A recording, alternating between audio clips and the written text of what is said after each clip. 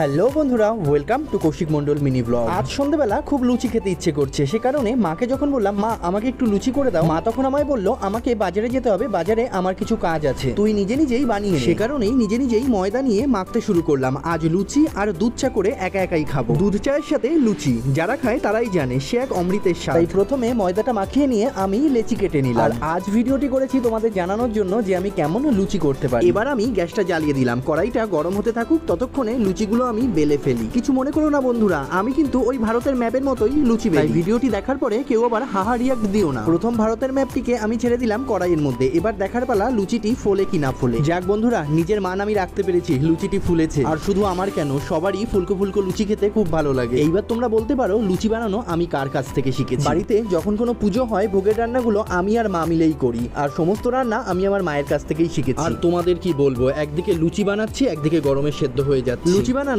প্রায় আমাদের শেষের দিকে। এই দেখো বন্ধুরা, এতগুলো লুচি আমি বানিয়েছিলাম। যখন আমার লুচি বানানো শেষ হলো তখন আমি ঘেমে স্নান করে লুচি হয়ে গেছি। এখনো কাজ আছে, দুধ চা বানাতে হবে, তাই আমি দেরি না করে চায়ের জল বসিয়ে দিলাম। দুধ চা আমাদের অলমোস্ট রেডি হয়ে গেছে। চলো বন্ধুরা, এবার আমাদের পেট পুজো করার পালা, দুধ চা দিয়ে লুচি। এবার আমি লুচি খাই। আর জানো বন্ধুরা, দুধ চায়ের মধ্যে লুচি ডুবিয়ে খাওয়ার স্বাদ কিন্তু আলাদা। এর জন্য খাদ্য রসিক হতে হবে। জানি গ্যাস অম্বলের রাজা, কিন্তু খাওয়ার আগে গ্যাসের ওষুধ খেয়ে নিতে হবে। তাহলে আমি খেতে থাকি। আর তোমাদের যদি ভিডিওটি ভালো লাগে লাইক, কমেন্ট, শেয়ার আর একটা ফলো করে দিও। ভালো থেকো সবাই, দেখা হচ্ছে অন্য কোনো মিনি ব্লগে। ভিডিওটি দেখার জন্য অসংখ্য ধন্যবাদ।